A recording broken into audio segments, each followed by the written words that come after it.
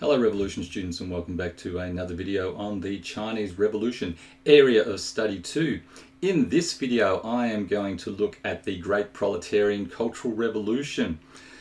The Cultural Revolution is the biggest, most significant event that you will study in area of study 2 for the Chinese Revolution, and as a consequence I'm going to devote several videos to it. In this one though, I'm going to look at the motives for why Mao Zedong launched the Cultural Revolution. There were several of these. The first one was that he wanted to reinvigorate the revolution and stop corruption within the party. So if we remember right back to the first 5-year plan, where Mao feared that the party was becoming bureaucratized and that CCP cadres in positions of power were feathering their own nests and gaining wealth from those positions of power. Mao recognised this and he wanted to rid the party of it. This came to full fruition during the Great Leap Forward, where we had these CCP cadres in position, or who led the communes and enriched themselves from these positions and their families as well. So Mao wanted to rid the corruption from within the party. There were a number of attempts. There was a 7,000 cadres conference and also the socialist education movement. Both failed, in Mao's view, to get rid of this corruption. Other CCP leaders such as Liu Shaoqi and Deng Xiaoping were aware of this as well and were fully committed to the socialist education movement. However, it wasn't sufficient enough for Mao. A related motive for launching the Cultural Revolution was his second point here. So this Maoist theory of permanent or continuous revolution. So Mao believed that if the Chinese Revolution stood still, it would cease to be a genuine movement, and he feared that after him the CCP would simply become a self-justifying bureaucracy which would destroy all that had been achieved by the PRC since 1949. So for Mao Zedong, the revolution did not stop. If it did stop, then stagnation occurred and corruption set in. So the revolution had to be continually reinvigorated, okay, in order to continue this change, this betterment of society within China. Another motive for the launch of the Cultural Revolution was to put an end to the capitalist economic policies introduced by Liu Shaoqi and Deng Xiaoping in 1961 and 62, which they put in place in order to overcome the famine that occurred during the 3 bad years, 1959, 1960, 1961, and stop the millions of, put an end to the millions of people who were starving and dying. And I remind you, over around 30 million people, it's estimated, died during the Great Leap Forward.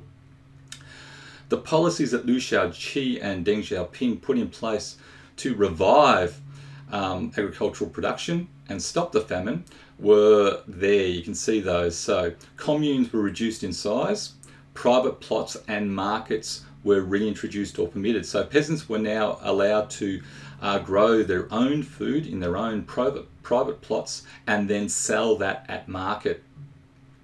And what this did was that, well, it enriched the peasants, but it also substantially increased agricultural production.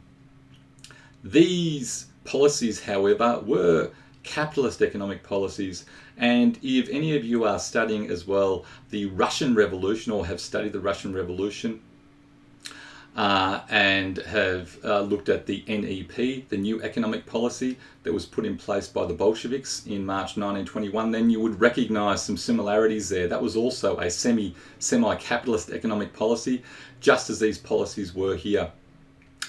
Mao did not like these policies because he feared the economy was becoming, or the society itself was becoming, capitalist again, and with a capitalist society all of the inequalities that occurred would be reintroduced.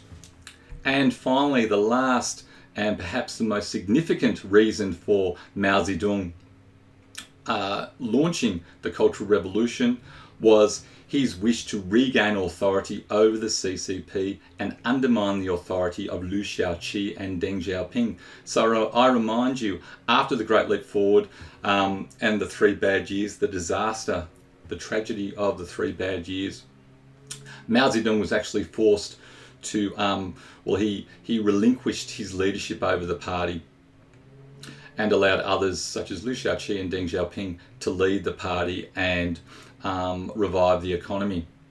So there are our three main motives for the launch of the Great Proletarian Cultural Revolution.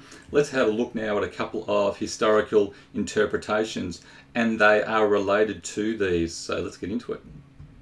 So the first one is from Morris Meisner, and he writes, Mao Zedong's anxieties about a capitalist restoration were less about actual capitalist economic activities than undesirable ideological tendencies and growing doubts that the Communist Party remained reliably revolutionary. He observed his once self-sacrificing cadres of the heroic revolutionary days turn into petty post-revolutionary bureaucrats, and that was what I was referring to before with the bureaucratisation and corruption within the party. Not only were they tending to become politically conservative, but also corrupt.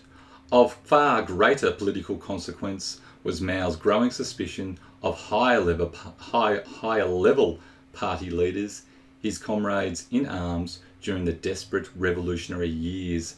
And what Meisner is referring to there, or alluding to, are people like Liu Shaoqi and Deng Xiaoping, and the capitalist policies that they were implementing at that time.